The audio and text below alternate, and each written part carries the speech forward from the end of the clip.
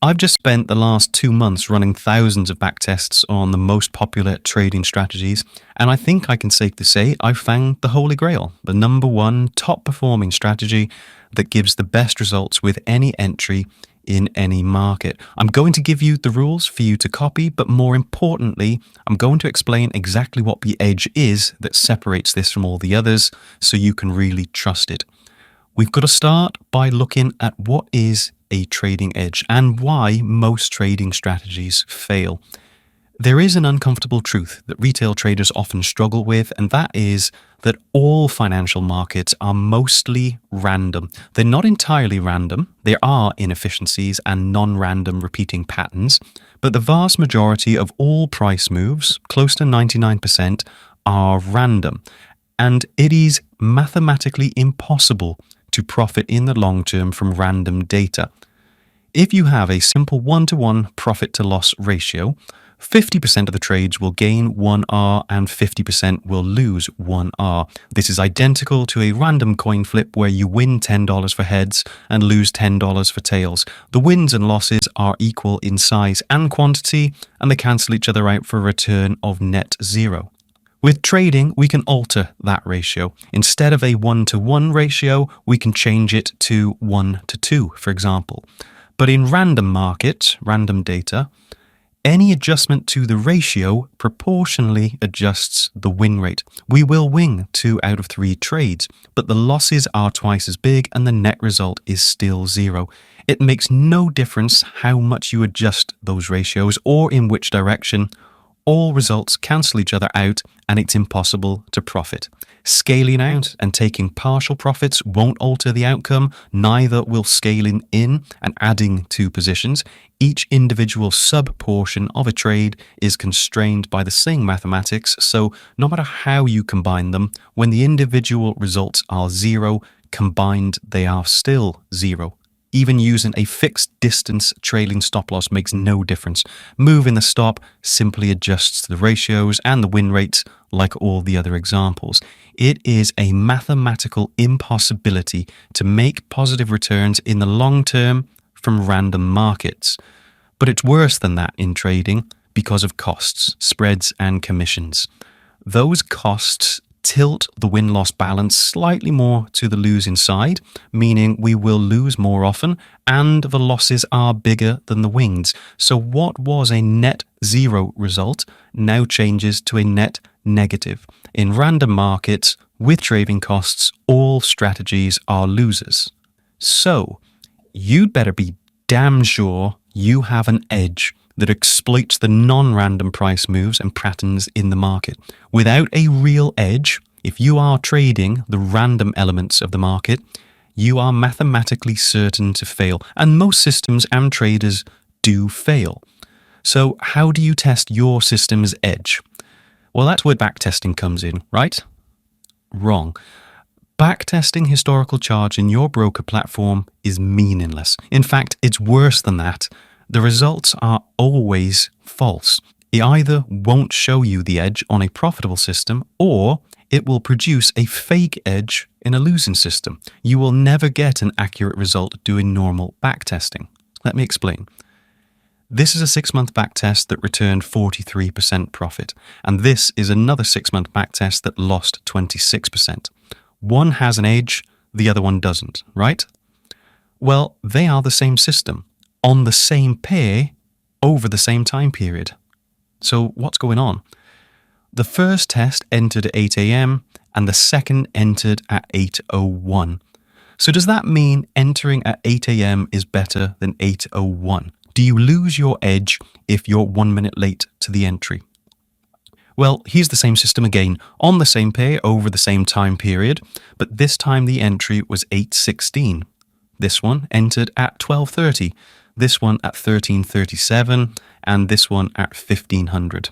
And just to mix it up, the same system from the year before, and this is from 5 years ago, both with an 8 a.m. entry. Does this system have an edge or not? Well, this is the flaw with backtesting. If the entry is here, this pullback never quite reaches the stop loss, and then the price continues up to the profit target. A slightly later entry That pullback would stop the trade out for a loss.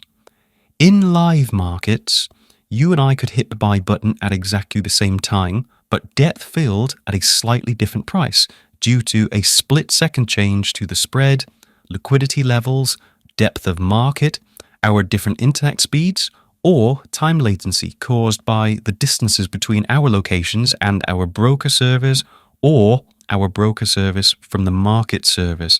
And even if the difference in our entry price is only a tenth of a pip, that can be the difference between one of us getting stopped out and the other reaching a target. We will get entirely different results from the same system because of the conditions being slightly different, fractions of a second apart. And those differences are random, chaotic, always fluctuating, and never the same twice. So I'll ask you again, does this system have an edge? Which one of these tests is more accurate and trustworthy? Which one is representative of the results that we can expect in the future? Can we expect positive results in the future?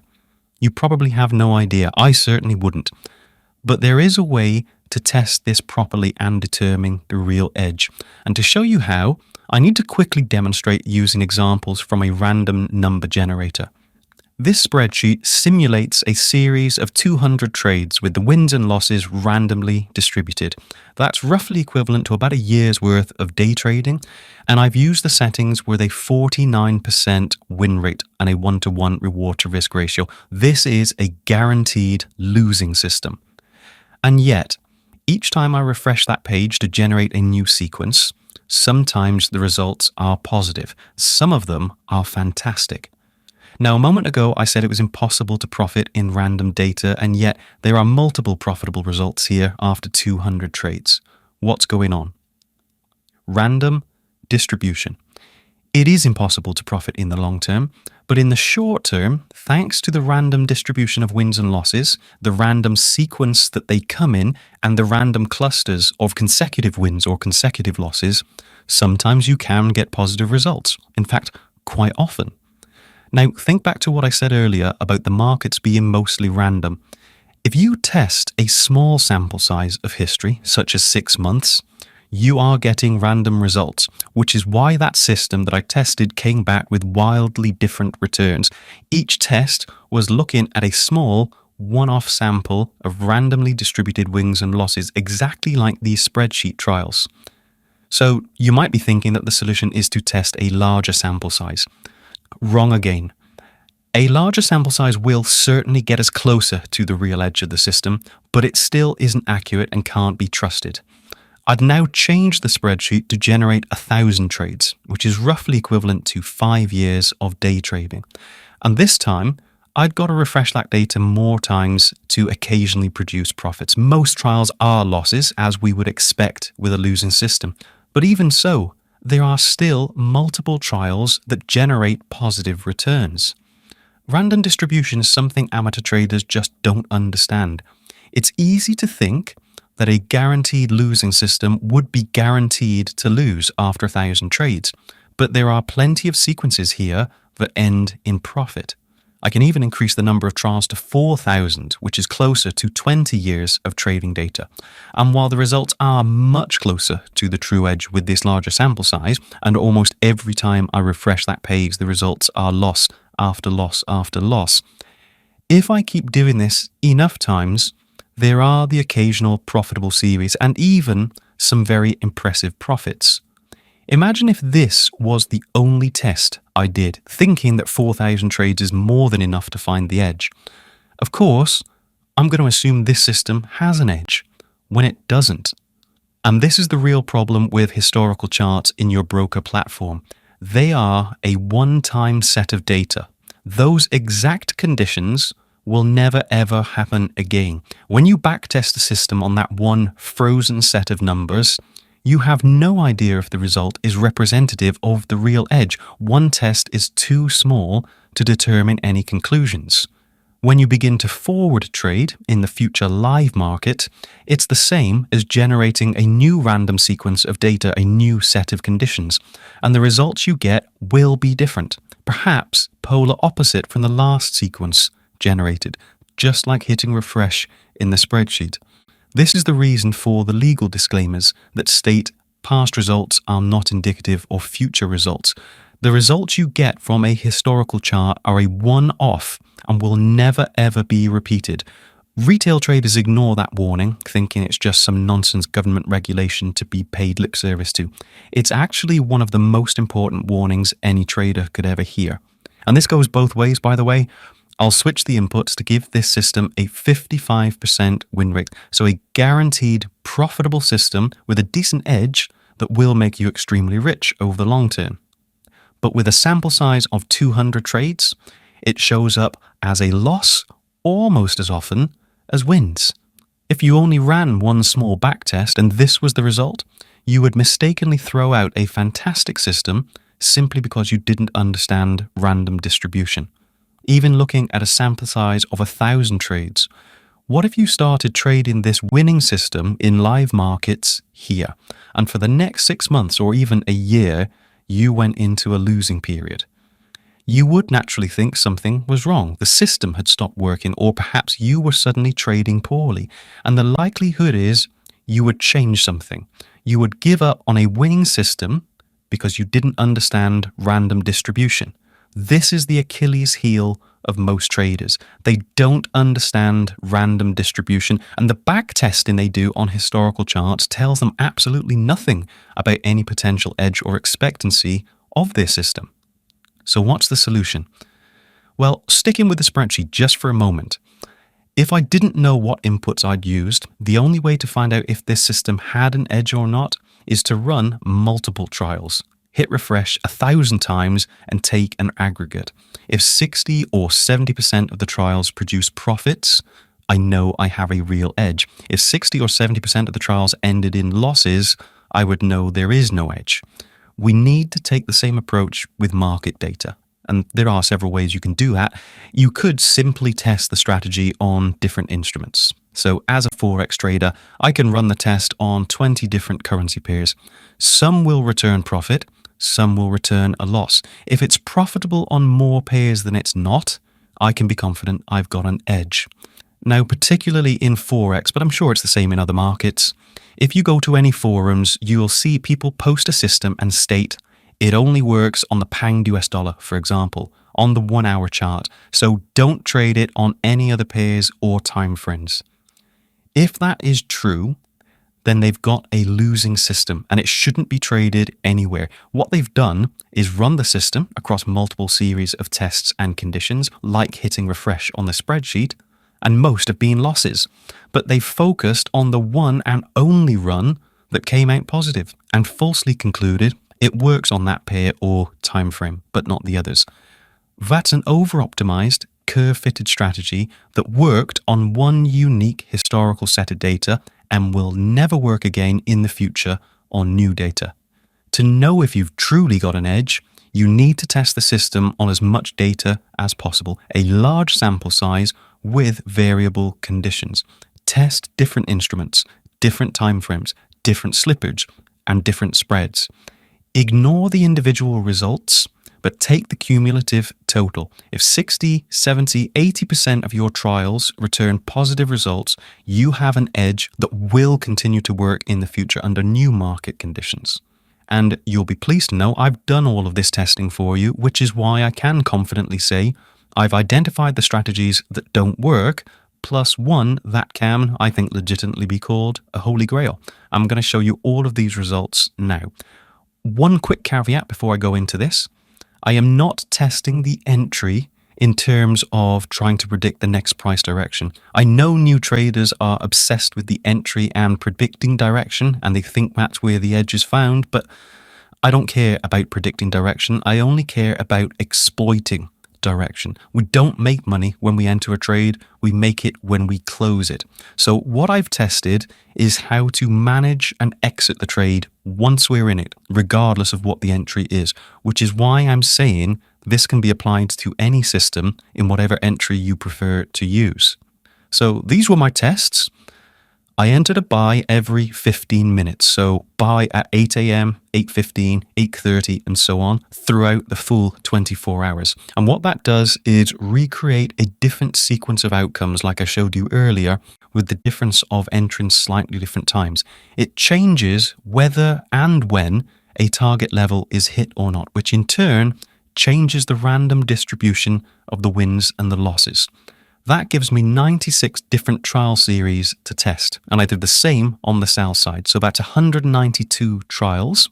And I tested this on 28 different currency pairs, taking the total number of trials to over 5,000. And the historical look back was 20 years per chart. That's the same as hitting refresh on that spreadsheet 5,000 times per strategy. So it is a pretty large sample size of tests.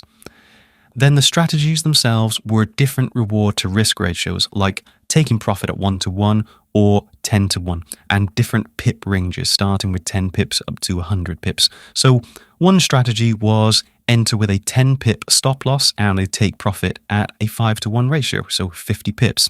Another strategy was to enter with a 100 pip stop loss and take profit at a 10-to-1 ratio, so 1,000 pips and so on, including trailing the stock loss at fixed distances. There were 1,000 different unique strategy combinations, each one tested on over 5,000 different samples of 20-year tick data. That's well over 5 million tests in total. Not something you can do in a standard MT4 broker platform. You need professional data and professional software, and you can appreciate why it's taken me 2 months to complete these tests. I even had to rent multiple servers because my personal computer obviously wasn't powerful enough. Now, just like the tests in the spreadsheet, some of the results were positive and some were negative. Remember random distribution. But when they were aggregated, every single strategy was negative expectancy in the long run. More than 50% of the trials of each strategy ended negative, so none of them had an edge. But there were patterns which will help explain the one final strategy that does have an edge. First of all, not all of those strategies were equally bad. Some came very close. The very worst strategies were the ones that used small pip ranges and small ratios. Entering with a 10 pip stop loss and a 1-to-1 reward to risk ratio was the absolute worst, and gradually the results got better as you used wider pip ranges and bigger profit ratios. Using a 100 pip stop loss and a 10-to-1 profit target was the best. That makes perfect sense when you think about the random nature of the markets. Markets are mostly random, and as I've explained, it is impossible to profit from random data. Let's say, for the sake of illustration, that 23 out of 24 hours are random, and then for 1 hour a day, there is a non-random move. For you to profit in the long term, you have to catch that non-random move and keep catching it again and again across multiple days. The trouble is, exactly what hour of the day that non-random move happens changes from day to day. If you're an intraday trader whose trades last from minutes to a few hours, in fact anything less than 24 hours, statistically speaking, you are very unlikely to be precise enough or lucky enough to be in the market during the small window of time the non-random move is happening. You are almost certainly only ever trading random noise.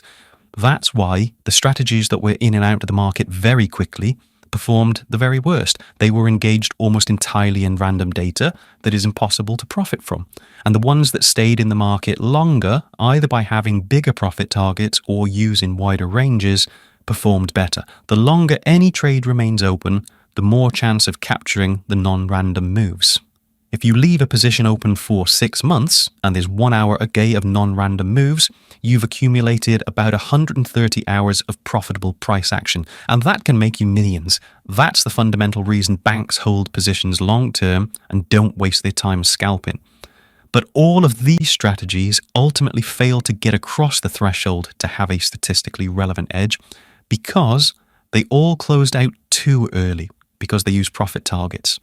If you enter a trade with a fixed take profit target, that's an arbitrary value you've decided in advance, which has got nothing to do with what the market does in the future. Why take profit at 3R if the market is going to go 30R? Now, when I talk about leaving trades open longer term, that does not mean simply trading off higher time frame charts. I could trade off a daily chart using a 3-to-1 reward to risk ratio and keep the position open for 6 months to capture the non-random moves, and at the end of the day have a positive expectancy and make money. But that's hardly worth it. If my stop loss on a daily chart was 500 pips, risking 1% of my account, my profit is 1500 pips, which took several months to capture, but it only returns 3% on my account. It's a waste of time. What I do instead is enter on the lower time frames, like a 1-minute chart, and scale up. And this is the final strategy that I tested and the only one that returned a positive edge. This is how it works. I enter a position with a very small stop loss of perhaps 10 pips, which still represents 1% risk to my account. If the price goes in my direction, instead of closing with an equally small profit target or trading with a constantly fixed 10 pip trailing stop loss, I adjust the stop loss and scale up the time frames. So let's say that initial 10 pip stop loss was based on the average true range on a 1-minute chart. Once the price has gone a 1-to-1 ratio, for example, I'll move the stop up to break even and then change the chart time frame to 5 minutes. The ATR on a 5-minute chart may be 25 pips, so I wait to trail that stop 25 pips behind the price. As soon as it improves on my break-even level, I change the time frame to 15 minutes, where the ATR may now be 60 pips. So I change the trailing distance to 60 pips behind the price. Every time the stop loss is able to move up and improve on the previous time frame level, I scale up to the next higher time frame, and gradually that stop loss is getting wider and wider and wider. Eventually, if I get up to the daily chart, my stop loss may be 500 pips behind the price, and I can keep this open for months without any concern about being stopped out from the random noise and chop in the short term. But unlike if I entered on the daily chart to start with, that 500 pips now represents 50% return instead of only 1%. It's not unheard of to double your account in a single trade like this. At the time of recording this video, I entered a position 2 weeks ago with an 8 pip stop loss. The current price is now 750 pips higher, giving me an unrealized profit of 93% on my account if I closed out now. My trading stop is locked in just over 300 pips, which is still nearly 40% return. That's much more worthwhile, and you don't need many trades like that each year to make an awful lot of money. This is the only system that I've tested that demonstrated a consistent and robust statistically relevant edge. Now, there are some important considerations with this that retail traders are not always comfortable with. Most of the trades make no money. The entry uses very tight stops, which means it is in amongst all of that random short-term noise and chop, just like every other intraday trader. So at best, it's like a conflict, and 50% of the positions are going to lose. Of the 50% that make it to break even, most of those will be stopped out for little or no profit. What that means is most of the time, your account will be going sideways with lots of small losses and small wins cancelling each other out. But to be fair, that's what most retail traders are doing anyway. But what separates this strategy from the others is occasionally we'll hit the big trend where the magic happens. Believe me, it's easier to make 1,000 pips profit in one go than it is to try and make 10 pips every day for 100 days consistently, which is what amateur traders typically attempt. As I said, I tested this on over 5,000 trial series, basically a random entry spaced every 15 minutes throughout the day on 28 pairs with 20 years of chart history. 76% of the trials returned positive results. That's a rock-solid, robust edge that will continue to work in the future in new market conditions. Now, of course, I didn't just stumble across this blindly by accident. This was the strategy that I was taught when I joined the bank trading floor 26 years ago. The idea is to make lots of small, low-cost attempts to get into the market, accepting that most will fail. But then when you do occasionally catch hold of one, ride it for all it's worth. And the edge in this is easy to explain. It works because the strategy leaves the positions open long enough to accumulate all of the occasional non-random moves in the market whenever they happen. Can you describe your edge so concisely as that? The important point here is not that this exact strategy is perfect or the only option. It's proving the concept. Keeping trades open over the long term is the key principle. How you manage that is flexible. You can use the ATR value, as I've demonstrated, or you can use a moving average on progressively higher timeframes or values, or you may do it as a percentage of the unrealized profit, or if you're experienced enough, using your own discretion, perhaps looking at swing points. I personally use a combination of the ATR and my own discretion. That's the hallmark of a robust strategy. It's not clear-fitted or over-optimized to only work with one set of data with one very strict set of rules. It works even when you change some variables, because the overarching principle is a sound concept, a solid foundation. And remember, this is a trade management strategy. You can continue using any entry you prefer and simply add this as the method by which you keep that position open and eventually close it. But one last word of warning, no strategy or system will work for you if you can't trade. The system is just a tool. You need to be skilled enough to use it. You're the deciding factor. Trading is not reliant on the system, it's reliant on you and your ability to manage your decision making. So if you really want to improve your results, take a look at my psychology course series. Work on yourself first, then adapt this management strategy to suit your requirements with your system.